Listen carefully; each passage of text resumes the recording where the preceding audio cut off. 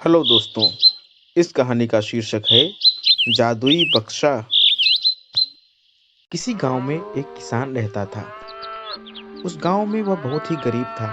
उसके पास जमीन का एक छोटा सा टुकड़ा था जिस पर वह खेती करता था। उसका गुजारा अत्यंत कठिन तरीकों से होता था। एक दिन सूरज की गर्मी चरम सीमा पर थी, परंतु किसान हमेशा की तरह खेत में काम कर रहा था। पसीने से लथपथ किसान बुआई के लिए खेत जोत रहा था। इसी बीच खेत में खुदाई करते समय जमीन से एक बड़ा सा लकड़ी का बक्सा मिला। किसान ने सावधानी से उस बक्से को निकाला।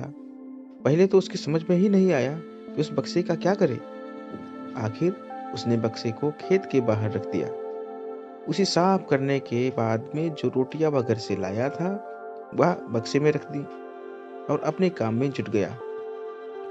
दोपहर को जब वह खाने के लिए रोटियां निकालने के लिए बक्से के पास गया तो हैरान रह गया। उसमें तो रोटियां ही रोटियां भरी हुई थी। तब किसान को पता चला क्या कोई जादुई बक्सा है। उसमें जो भी चीज डालो उसका 80 गुना होकर बाहर आता है। जैसे एक मूंगफली का दाना डालो तो तुरंत उसमें से 80 दाने निकल पड़ते हैं। किसान ने तृप्त होकर खाना खाया और उसके बाद किसान संतुष्ट होकर बक्से को लेकर के अपने घर पहुंच जाता है।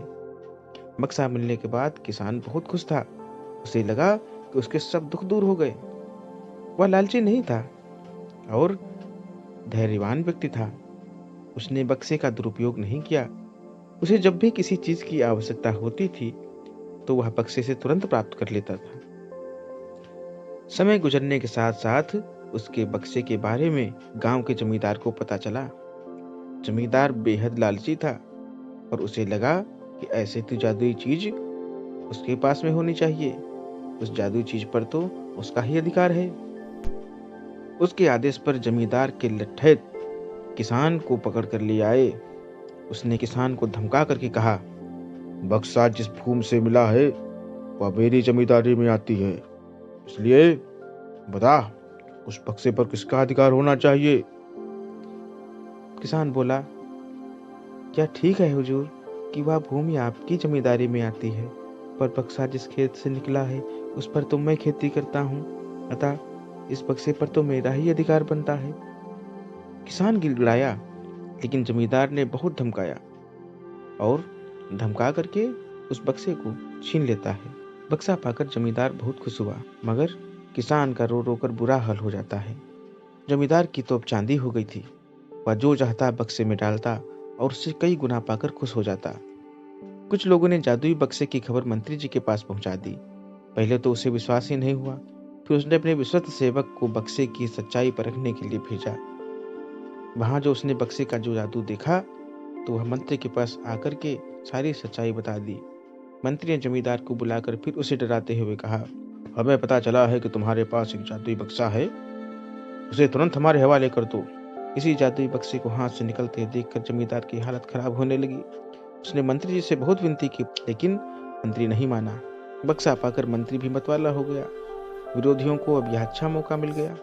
उन्होंने बक्से के साथ साथ मंत्री के निकम्मेपन की खबर भी राजा तक पहुंचा दी। बक्से की बात सुनकर राजा भी अधीर हो जाता है। वह अपने सेनापति के साथ मंत्री के घर जा पहुंचा। उसने कहा, देश की सारी जमीन राजा की होती है, इसलिए जादुई बक्से पर भी उसी का हक होता है। मंत्री ने बिना देरी किए बक्सा राजा को दे दिया। जादुई बक्से को पाकर राजा प्रसन्न हो गया। सबसे पहले राजा ने जादुई बक्से की मदद से अपने खजाने की वृद्धि की। फिर राजा को उस बक्से की सुरक्षा को लेकर चिंता हुई। राजा हर कीमत पर उस बक्से को अपने साथ रखना चाहता था। राजा ने सोचा कि उसका रहस्य ज्ञात करना चाहिए। ये जानकारी करना चाहिए कि आखिर इस बक्से में है क्या। यह जानने के लिए राजा उस बक्से में प्रवेश कर जाता है, परंतु जब बाहर निकलता है तो उसके पीछे पीछे 80 राजा बाहर निकले। असली राजा कुछ पता नहीं चलता था। वे राज सिंहासन पर कब्जा करने के लिए एक दूसरे से ही लड़ने लगे। यह जानकर किसान को बेहद दुख हुआ, क्योंकि सारे राजा आपस में लड़ते लड़ते हुए मर गए।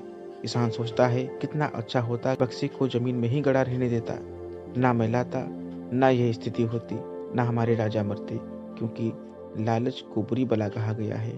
यदि हम लालच करेंगे तो नुकसान भी हमारा ही होगा।